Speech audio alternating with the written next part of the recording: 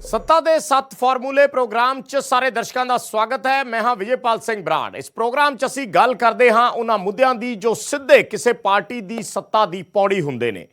ते अज असीं गल करांगे औरतां दी सुरक्षा ते कि किहड़ी पार्टी दा की दावा है ते किहड़े वादे ते पार्टियां खरियां उतरियां ने। ते सब तो खास है औरतां इस वेले अपने आप नूं किन्ना महफूज महसूस करदियां ने।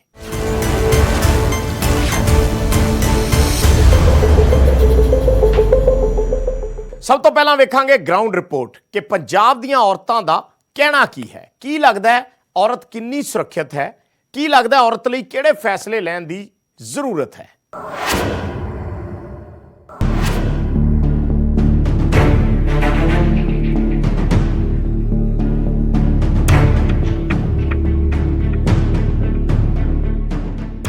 दो 2017 ਦੀ ਡਾਟਾ ਦੇ ਮੁਤਾबिक 94 ਲੱਖ ਔਰਤਾਂ ਵੋਟਰ ਨੇ, यानी 3 करोड़ की आबादी ਦੇ ਵਿੱਚੋਂ 94 ਲੱਖ ਔਰਤਾਂ ਨੇ ਭਵਿੱਖ ਤੈਅ ਕਰਨਾ ਹੈ। ਤੇ ਇਸ ਦੇ ਲਈ ਬੇहद ਜ਼ਿਆਦਾ ਅਹਿਮੀਅਤ ਰੱਖਦਾ ਹੈ ਕਿ ਔਰਤਾਂ ਆਪਣੇ ਆਪ ਨੂੰ ਕਿੰਨਾ ਕੁ ਮਹਿਫੂਜ਼ ਸਮਝਦੀਆਂ ਨੇ। ਕੀ ਲੱਗਦਾ ਹੈ ਅਜਿਹੇ ਕਿਹੜੇ ਮੁੱਦੇ ਨੇ ਜਿਨ੍ਹਾਂ ਨੂੰ ਪਹਿਲ ਦੇ ਆਧਾਰ ਤੇ ਹੱਲ ਕੀਤਾ ਜਾਵੇ।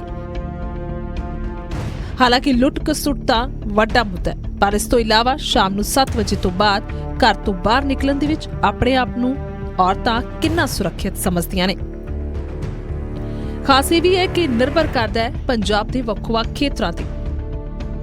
ਜੇਕਰ ਗੱਲ ਮੋਹਾਲੀ ਜ਼ਿਲ੍ਹੇ ਦੀ ਕਰੀਏ ਤੇ ਵੱਖ ਸਥਿਤੀ ਹੈ। ਅਪ ਡਾਊਨ ਹੈ ਮੇਰਾ ਚੰਡੀਗੜ੍ਹ ਤੋਂ ਮੋਹਾਲੀ ਤੇ ਮਤਲਬ ਮੇਰੇ ਹਿਸਾਬ ਨਾਲ ਕੁਝ ਹੱਦ ਤੱਕ ਸੇਫ ਹੈ ਚੰਡੀਗੜ੍ਹ ਮੋਹਾਲੀ।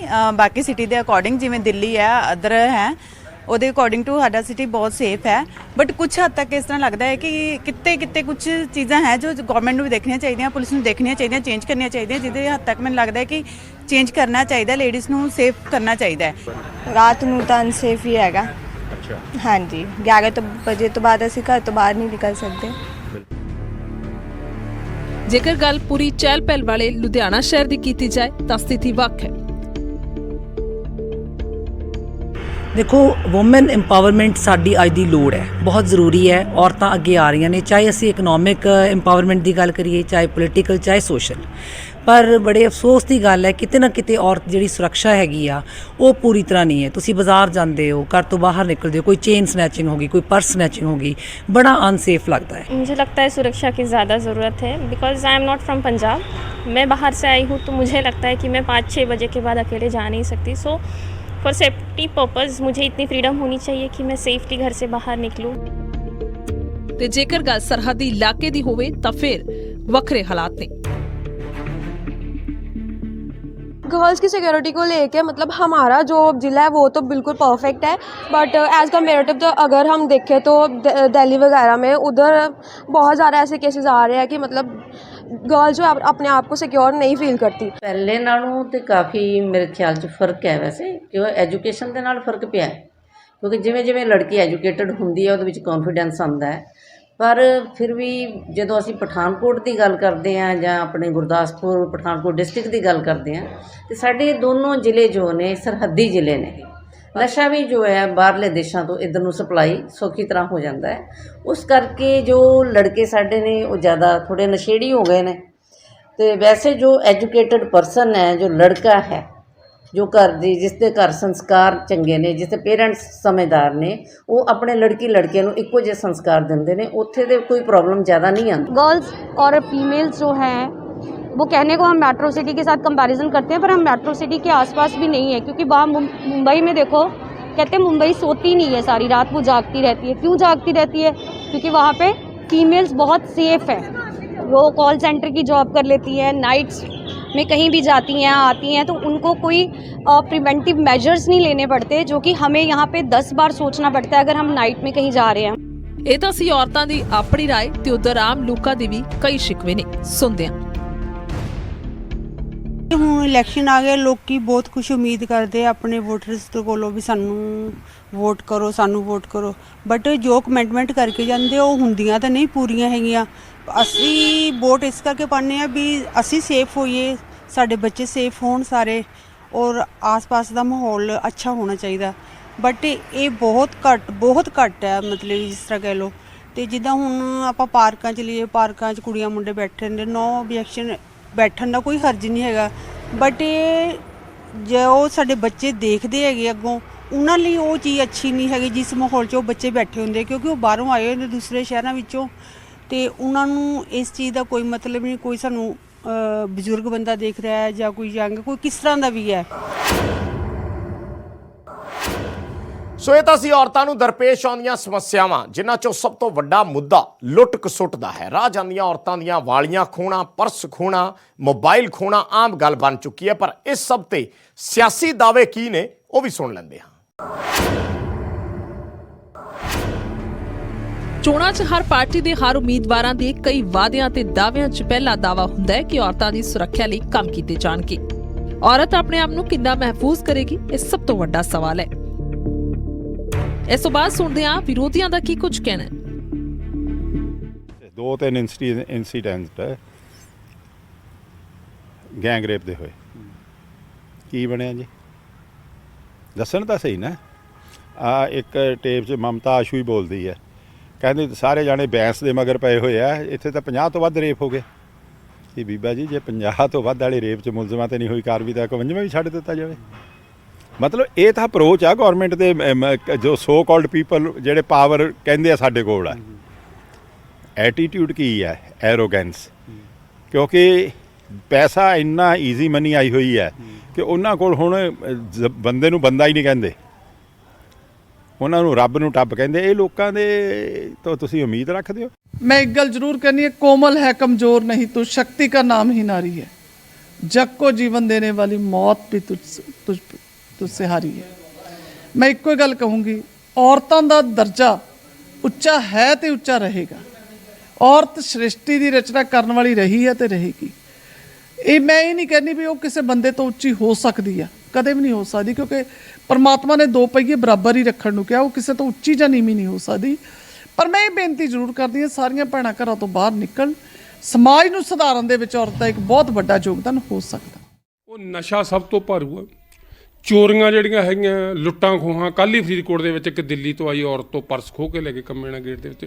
ਫਰੀਦਕੋਟ ਦੇ ਵਿੱਚ ਜਿਹੜੀ ਗੁੰਡਾ ਕਰਦੀ ਹੈ, ਫਰੋਤੀਆਂ, ਔਰ ਸਭ ਤੋਂ ਵੱਡੀ ਗੱਲ ਇੱਥੇ ਹੈ ਵੀ ਪ੍ਰਸ਼ਾਸਨ ਕੁਛ ਨਹੀਂ ਕਰ ਰਿਹਾ। ਬੰਦੇ ਫੜ ਕੇ ਵੀ ਤੁਸੀਂ ਫੜਾ ਦਿਓ, ਚੋਰ ਫੜ ਕੇ ਫੜਾ ਦਿਓ, ਨਸ਼ਾ ਵੇਚਣ ਵਾਲੇ ਫੜ ਕੇ ਫੜਾ ਦਿਓ, ਪ੍ਰਸ਼ਾਸਨ ਉਹਨਾਂ ਦਾ ਸਾਥ ਦੇ ਦਿਓ। ਸੋ ਇਹ ਤਾਂ ਸਨ ਵਿਰੋਧੀਆਂ ਦੇ ਬਿਆਨ, ਪਰ ਸਰਕਾਰ ਦਾ ਇਸ ਤੇ ਕੀ ਸਟੈਂਡ ਹੈ, ਇਹ ਵੀ ਜਾਣਦੇ ਹਾਂ। ਮਹਿਲਾਵਾਂ 100% ਸੁਰੱਖਿਅਤ ਹੈ। ਕਿਸੇ ਨੂੰ ਵੀ ਕੋਈ ਦਿੱਕਤ ਹੈ ਤਾਂ ਉਹਨਾਂ ਦਾ ਭਰਾ ਅੱਜ ਮੁੱਖ ਮੰਤਰੀ ਹੈ, ਉਹਨੂੰ ਜਿੱਥੇ ਮਰਜ਼ੀ ਬੁਲਾਉਣ। ਸਨੈਚਿੰਗ ਦੇ ਕੇਸ ਬਹੁਤ ਜ਼ਿਆਦਾ, ਰੇਪ ਕੇਸ ਦੀ ਕੋਈ ਰੇਪ ਦਾ ਕੇਸ ਨਹੀਂ ਹੋਇਆ ਪਿਛਲੇ ਦਿਨਾਂ 'ਚ, ਕੋਈ ਸਨੈਚਿੰਗ ਦਾ ਕੇਸ ਨਹੀਂ ਹੈ। ਜੇ ਕੋਈ ਹੈਗਾ ਤੁਸੀਂ ਮੈਨੂੰ ਦੱਸੋ, ਪੁੱਠਾ ਟੰਗ ਦਾਂਗੇ। ਸੋ ਸਿਆਸੀ ਦਾਅਵੇ ਤੇ ਵਾਅਦੇ ਤਾਂ ਆਮ ਨੇ, ਪਰ ਪਾਰਟੀਆਂ ਦੀ ਹਕੀਕਤ ਕੀ ਦੱਸਦੀ ਹੈ? ਔਰਤਾਂ ਦੇ ਮੁੱਦੇ ਤੇ ਜ਼ਮੀਨੀ ਹਕੀਕਤ ਕੀ ਹੈ? ਦੱਸਣਯੋਗ ਨਹੀਂ, ਵੇਖਣਯੋਗ ਹੈ।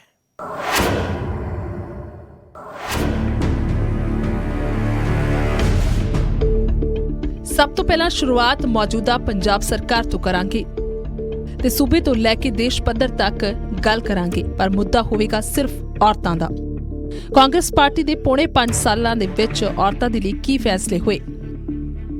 ਮਹਿਲਾਵਾਂ ਦੇ ਲਈ ਖਾਸ ਫੈਸਲੇ, ਪੰਚਾਇਤਾਂ ਦੇ ਵਿੱਚ 50% ਰਾਖਵਾਂਕਰਨ, ਨੌਕਰੀਆਂ 'ਚ 33% ਰਾਖਵਾਂਕਰਨ, ਬੱਸਾਂ ਦਾ ਕਿਰਾਇਆ ਫ੍ਰੀ, ਵੂਮਨ ਸੇਫਟੀ ਐਪ ਚਾਲੂ, ਬੱਸਾਂ ਦੇ ਵਿੱਚ CCTV ਕੈਮਰੇ, ਬੱਸਾਂ 'ਚ ਪੈਨਿਕ ਬਟਨਾਂ ਦਾ ਇੰਤਜ਼ਾਮ।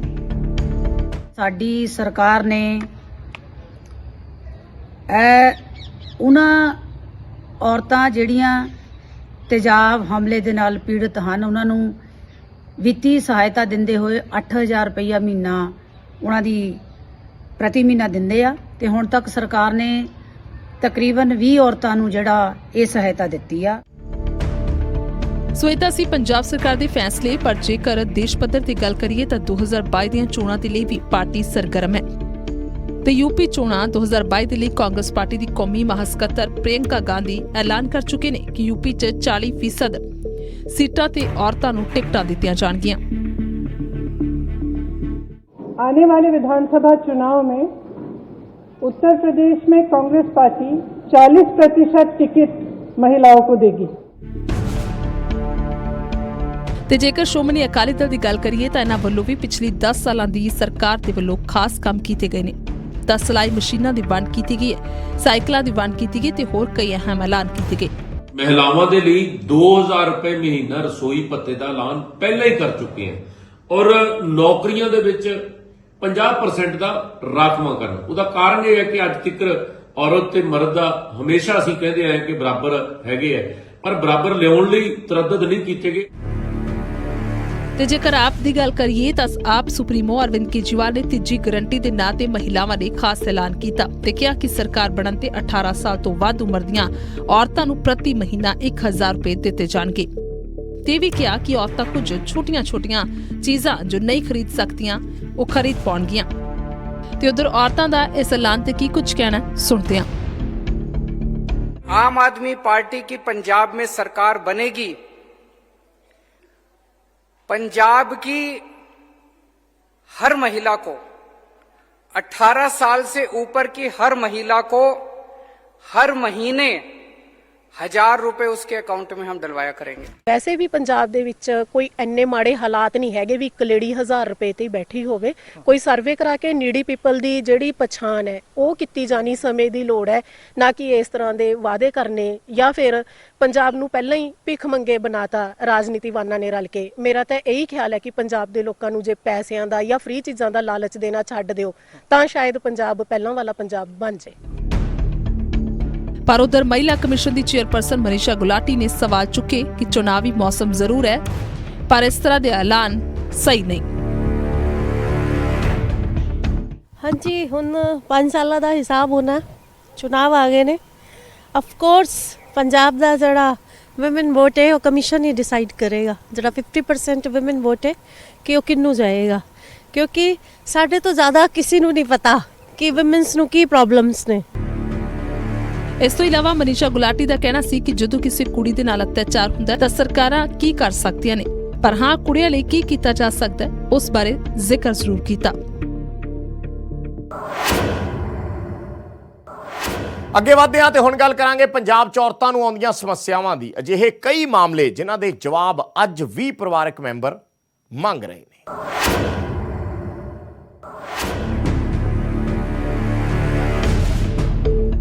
ਔਰਤਾਂ ਦੇ ਜਿੱਥੇ ਸਸ਼ਕਤੀਕਰਨ ਦੇ ਦਾਅਵੇ ਹੁੰਦੇ ਨੇ ਤਾਂ ਅਜਿਹੇ ਕਈ ਮਾਮਲੇ ਵੀ ਪਿਛਲੇ ਦਿਨਾਂ ਦੇ ਵਿੱਚ ਸਾਹਮਣੇ ਆਏ ਜਿੱਥੇ ਔਰਤਾਂ ਦੀ ਸੁਰੱਖਿਆ ਨੂੰ ਲੈ ਕੇ ਆਪ ਮੁਹਾਰੇ ਸਵਾਲ ਉੱਠਦੇ ਨੇ।